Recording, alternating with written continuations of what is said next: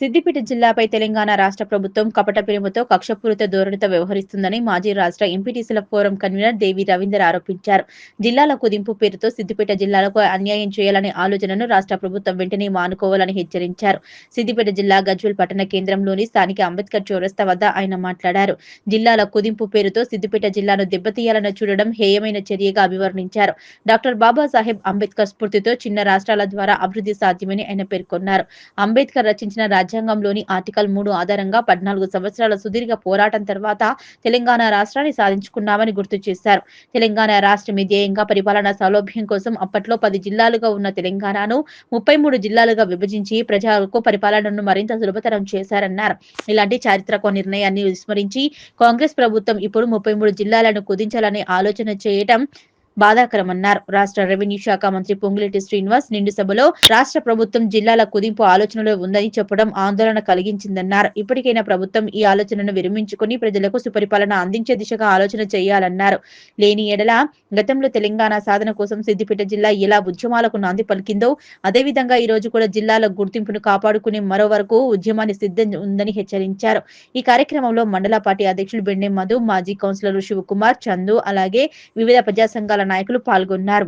బాబాసాహెబ్ అంబేద్కర్ గారి ఆలోచన విధానంతో రూపొందిన రాజ్యాంగం ప్రకారం చిన్న రాష్ట్రాలు, చిన్న జిల్లాలు, చిన్న మండలాలు ఉంటే పాలన సౌలభ్యం ఉంటుందనే ఉద్దేశంతో కేసీఆర్ గారి నాయకత్వంలో 14 సంవత్సరాలు పోరాటం చేసి ఉద్యమాలతో సాధించుకున్న తెలంగాణ రాష్ట్రం, అమరుల త్యాగాల సాక్షిగా ఏర్పడ్డ తెలంగాణ రాష్ట్రంలో 110 సంవత్సరాలకు పైగా ఉన్న ఉమ్మడి మెదక్ జిల్లా నుండి 2016 సంవత్సరంలో సిద్దిపేట జిల్లాను ఏర్పాటు చేసుకోవడం జరిగింది. ఈ సిద్దిపేట జిల్లా పైన ఈనాటి ఈ కాంగ్రెస్ ప్రభుత్వం కొన్ని కుట్రపూరితమైన ఆలోచనలు చేసి సిద్దిపేట జిల్లాను తీసివేసి మళ్ళీ సిద్దిపేట జిల్లా వాసులను మెదక్ జిల్లాల్లో, సంగారెడ్డి జిల్లాల్లో కలిపే ప్రయత్నం చేస్తున్నట్టు మొన్న పొంగిలేటి గారు అసెంబ్లీలో ఒక ప్రకటన చేయడం జరిగింది.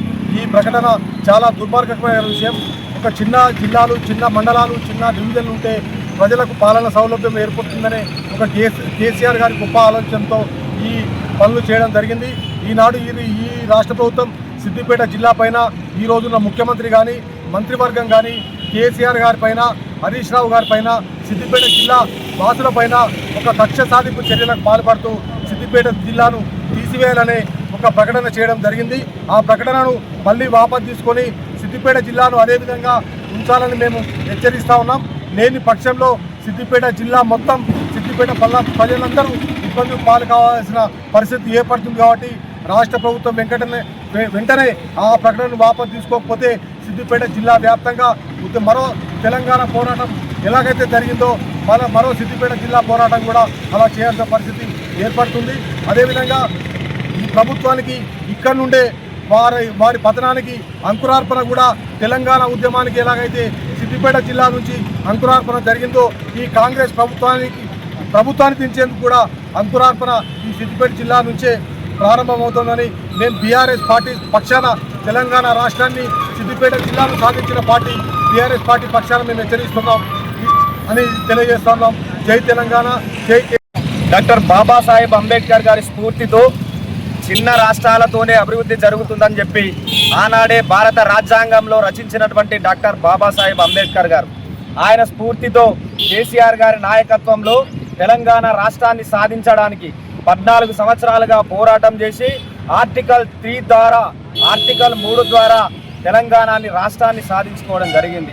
తెలంగాణ రాష్ట్రాన్ని సాధించుకున్న అనంతరం ప్రజలకు పరిపాలనా సౌలభ్యంగా ఉండాలని చెప్పి అనేక జిల్లాలను ఏర్పాటు చేసి ప్రజలకు పరిపాలనను దగ్గరగా చేసినటువంటి ఆనాటి గౌరవ ముఖ్యమంత్రి కేసీఆర్ గారు, అలాగే నియోజకవర్గాలతో పాటు డివిజన్లను, మండలాలను ఏర్పాటు చేసి ప్రజలకు సౌకర్యవంతంగా ఉండాలి, సుదూర ప్రాంతాలకు వెళ్తే ప్రజలకు ఇబ్బంది జరుగుతుందనే ఒక ఉద్దేశంతో కొత్త జిల్లాలను, కొత్త డివిజన్లను, కొత్త మండలాలను ఏర్పాటు చేసి ఈరోజు ప్రజల వద్దకు ఈరోజు కేసీఆర్ వెళ్ళి ప్రజలందరూ కూడా ఇబ్బందులు పడొద్దనే ఒక ఉద్దేశంతో మరి ఈ కార్యక్రమాన్ని కేసీఆర్ గారు తీసుకొని ప్రజలకు పాలన అందాలి, దగ్గరగా ఉండాలనే ఒక ఉద్దేశంతో ఇవన్నీ కూడా గతంలో కేసీఆర్ గారు చేయడం జరిగింది.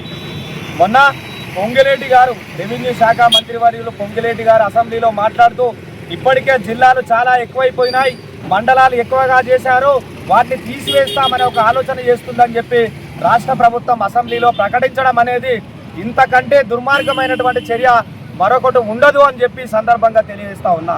ఈరోజు రాష్ట్ర ప్రభుత్వం ఏదైనా నిర్ణయం తీసుకుంటే ప్రజలకు ఆమోగ్యయోగ్యమైనటువంటి మంచి పాలన అందించే విధంగా ఉండాలి. కానీ మండలాలను తొలగిస్తాం, డివిజన్లను తొలగిస్తాం, జిల్లాలను తొలగిస్తామని చెప్పి ప్రకటన చేయడం ఏదైతే ఉందో దీన్ని తీవ్రంగా మేము వ్యతిరేకిస్తూ ఉన్నాం. సిద్దిపేట జిల్లా 1982 నుంచి సిద్దిపేట జిల్లా కావాలని చెప్పి ప్రజల యొక్క ఆకాంక్ష ఉండే.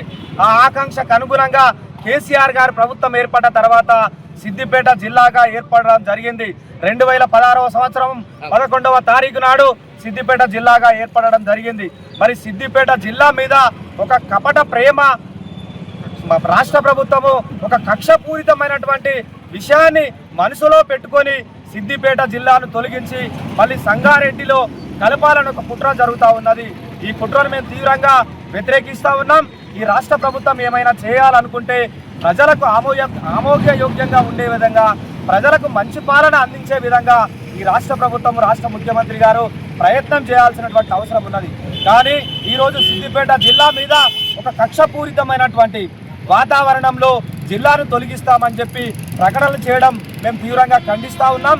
ఒకవేళ కనుక సిద్దిపేట జిల్లా వైపు రాష్ట్ర ప్రభుత్వం కనుక కన్నెత్తి చూస్తే జరగబోయే పరిణామాలు సిద్దిపేట జిల్లా అగ్నిగుండంగా మారబోతుంది. మీ ప్రభుత్వానికి సిద్దిపేట జిల్లా నుంచే పతనం స్టార్ట్ అవుతుందని కూడా ఈ సందర్భంగా ఈ రాష్ట్ర ప్రభుత్వానికి తెలియజేస్తా ఉన్నాం. ముఖ్యంగా గతంలో రేవంత్ రెడ్డి గారు ఈ తెలంగాణ రాష్ట్ర సాధనలో పనిచేయకుండా జై తెలంగాణ అనని ముఖ్యమంత్రి ఈ రాష్ట్రానికి ముఖ్యమంత్రి కావడం నిజంగా దుర్మార్గం.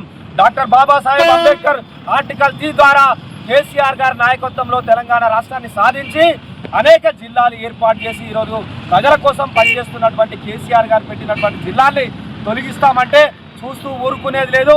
ఇప్పటికైనా కూడా మరి మంత్రి పొంగులేటి గారు చేసినటువంటి ప్రకటన మీద ముఖ్యమంత్రి రేవంత్ రెడ్డి గారు స్పష్టమైనటువంటి ప్రకటన చేయాలని చెప్పి, లేని పక్షంలో జరగబోయేటువంటి పరిణామాలకు రాష్ట్ర ప్రభుత్వం బాధ్యత వహించాల్సి ఉంటుందని చెప్పి ఈ సందర్భంగా ప్రభుత్వాన్ని హెచ్చరిస్తా ఉన్నాం.